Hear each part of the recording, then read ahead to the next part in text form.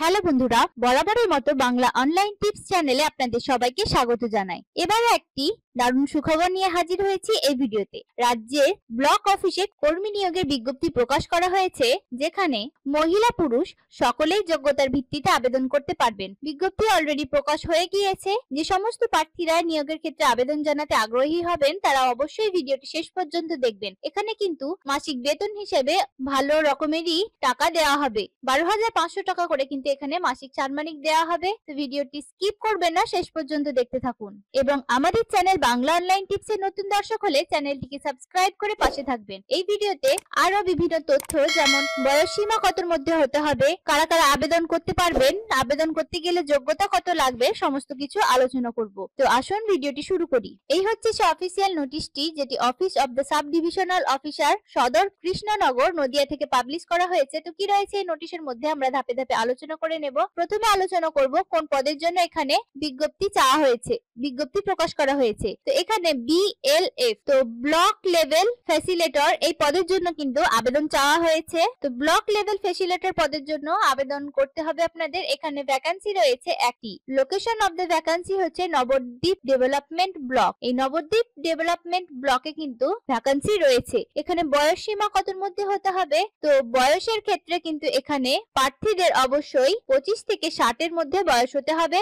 1/1/2025 অনুযায়ী, অর্থাৎ 1 জানুয়ারি 2025 অনুযায়ী প্রার্থীকে অবশ্যই 25 থেকে 60 বছর বয়সের মধ্যে হতে হবে। 25 বছরের কম বয়স হলে হবে না এবং 60 বছরের বেশি বয়স হলেও হবে না। এখানে কি কি এসেনশিয়াল কোয়ালিফিকেশন লাগছে, তো এখানে শিক্ষাগত যোগ্যতা হিসেবে এখানে প্রার্থীকে অবশ্যই যে কোনো শাখায় গ্রাজুয়েট পাস হয়ে থাকতে হবে, সার্টিফিকেট অথবা ডিপ্লোমা থাকতে হবে কম্পিউটারের উপরে, এবং মাইনরিটি কালচারের উপরে জ্ঞান থাকতে হবে, তবেই এই পদের জন্য কিন্তু যোগ্য হবেন। এখানে মাসিক বেতন হিসেবে 12,500 টাকা করে প্রত্যেক মাসে দেওয়া হবে। মাসিক বেতনটাও ঠিক রয়েছে। কোয়ালিফিকেশন হিসেবে যে কোনো শাখা থেকে গ্রাজুয়েশন করা থাকতে হবে, ডিপ্লোমা অথবা কম্পিউটার সার্টিফিকেট থাকতে হবে এবং নলেজ অফ মাইনরিটি কালচার থাকতে হবে, অর্থাৎ মাইনরিটি কালচারের উপরে জ্ঞান থাকতে হবে, তবে এই পদের জন্য যোগ্য হবেন। তো আগ্রহী প্রার্থীরা কিভাবে আপনারা আবেদন করবেন, এক্ষেত্রে অফলাইনের মাধ্যমে আবেদন পত্র জমা করতে হবে। প্রথমে আবেদন পত্রটিকে অফিসিয়াল ওয়েবসাইট থেকে A4 সাইজের পেজে প্রিন্ট আউট বের করে নিতে হবে।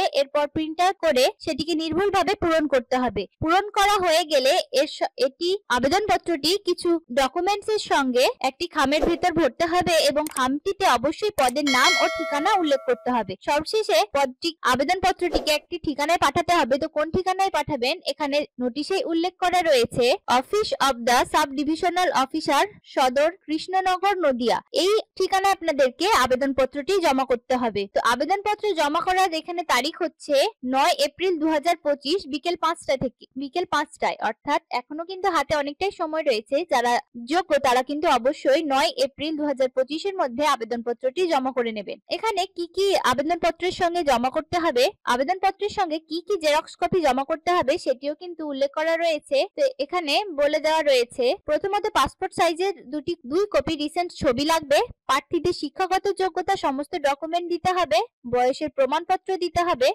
জাতিগত শংসাপত্র যদি থাকে তাহলে দিতে হবে, কম্পিউটার সার্টিফিকেট দিতে হবে, আধার কার্ড কিংবা ভোটার কার্ডের জেরক্স দিতে হবে, 2 কপি 5 টাকার ডাক টিকিট দিতে হবে এবং অন্যান্য যে সমস্ত ডকুমেন্টগুলি পদের সঙ্গে সামঞ্জস্যপূর্ণ সেই ডকুমেন্টগুলিও কিন্তু দিতে হবে। তো 9 এপ্রিল 2025 এর মধ্যে জমা করতে হবে। তো যারা যোগ্য প্রার্থী তারা অবশ্যই কিন্তু এই পদের জন্য আবেদন করবেন। তো যে সমস্ত প্রার্থীরা এখানে আবেদন জানাবেন তাদের নিয়োগ করা হবে, লিখিত পরীক্ষার জন্য ডাকা হবে। এরপর প্রার্থীদের জন্য কম্পিউটার টেস্ট এবং ইন্টারভিউ আয়োজন করা হবে। তারপরে মেরিট লিস্ট তৈরি করে প্রার্থীদের নিয়োগ করা হবে। তো এই ছিল আজকের ভিডিওতে একটি আপডেট। ভিডিওটি ভালো লাগলে অবশ্যই একটি লাইক করতে ভুলবেন না। বন্ধুদের সঙ্গে শেয়ার করে তাদেরকে ইনফরমেশন দেওয়ার চেষ্টা করবেন এবং আমাদের চ্যানেলটিকে সাবস্ক্রাইব করে পাশে থাকবেন। আপনার মূল্যবান মতামত কমেন্ট বক্সে কমেন্ট করতে ভুলবেন না এবং আপনি কোন জেলা থেকে এই ভিডিওটি দেখছেন সেটিও কিন্তু কমেন্ট বক্সে কমেন্ট করবেন। দেখা হবে পরবর্তী কোনো একটি আপডেট নিয়ে। ভিডিওটি শেষ পর্যন্ত দেখার জন্য অসংখ্য ধন্যবাদ।